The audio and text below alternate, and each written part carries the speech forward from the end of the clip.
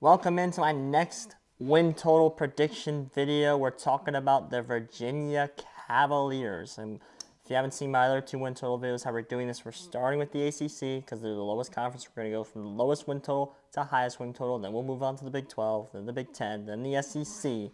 I'm going to give the guaranteed wins. I'm going to give the guaranteed losses. I'm going to talk about the middle games that are going to sway this to the over, sway this to the under. I'm going to give you the most likely outcome number for the team, which is going to obviously have me pick a side between over and under. Then I'm going to tell you whether or not I am betting it and how confident I am.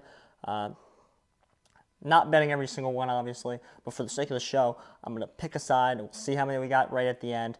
And then at the end, I'll give a full betting card. I'll even keep a full betting card as I say which ones I am betting.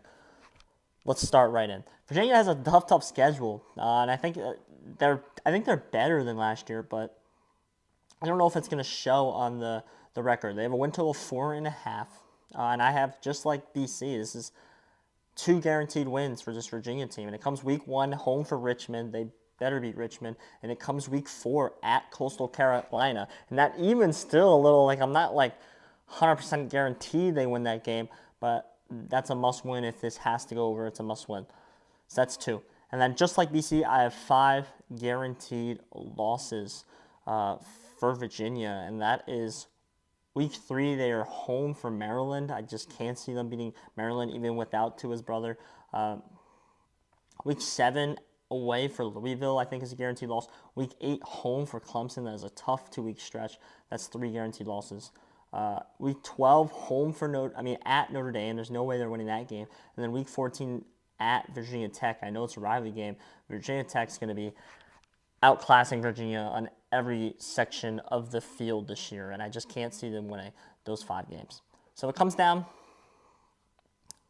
as they're 2-5 now, comes down to a couple weeks, comes down to week 2. They are at Wake Forest. Week 6, they're home for Boston College. Week 9, they're home for North Carolina. Week 11, they're at Pitt. Week 13, they're home for SMU. That's what it comes down to. Week 2, at Wake Forest. I'm giving Wake Forest that game. I think it's a toss-up game. I'm going to lean the home team there. I'm going to take Wake Forest to beat them, so we're still at 2 here. I'll give them Boston College week 6. I think that's the split right there. They either beat Wake Forest on the road or they beat Boston College at home. I'll give them that split. I think that's very likely a split there. So they're 3-6 here. Moving on down to the schedule. Home for North Carolina. Again, and North Carolina is the biggest question mark, and this whole bet might come down to that game. I think it's tough. It's a tough ask. And then they have a bye week 10, and then week 11, they're at Pitt. I think they split that. I think they either beat North Carolina at home week 9 or they beat Pitt on the road week 11. I think that's the split. And then I have them losing to SMU on the road. Although they can win that game and end up losing the North Carolina Pitt game, they definitely can clip SMU. So my numbers, I have them at 4-8. I think that is the most likely outcome for Virginia at 4-8. So for the sake of this video, I am taking the under. However, I am not betting it. I think if it goes right, I think 5 is more likely than 3. 5-7 seasons way more likely than 3.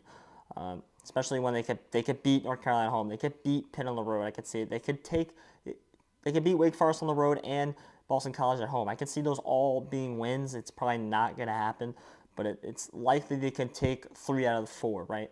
Which would push the number over. So I do think they split it all. The most likely outcome here for them is a 4-8 season, which means I lean under, but I am not betting it. Full recap of the schedule.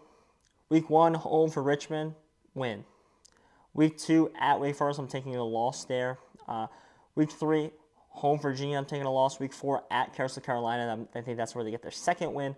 Bye weeks, week 5. Week 6, they're home for Boston College. I think they win there, but I think they split it with that game and the Wake Forest game. I think they win one of those 2. Week 7, home for Louisville, I have a loss. Week 8, at Clemson, I have as a loss. Week 9, they're home for North Carolina. And week 11, they're at Pitt. I think they win one of those games. That'll be 4. Week 12, they're at Notre Dame. They're not winning that game. Week 13, they're home for SMU. And that's going to, again, just like I said, it's going to be how SMU is by that part of the season. If they're what everyone thinks they are, there's no way Virginia can win that game, which I lean. They're maybe not as good as people think they are, but they're right there, good enough to beat this Virginia team. And then week 14, they're at Virginia Tech. I can't see that as a win. So ultimately, 4 wins for Virginia. That's the under. I'm Josh Wissing. Thank you.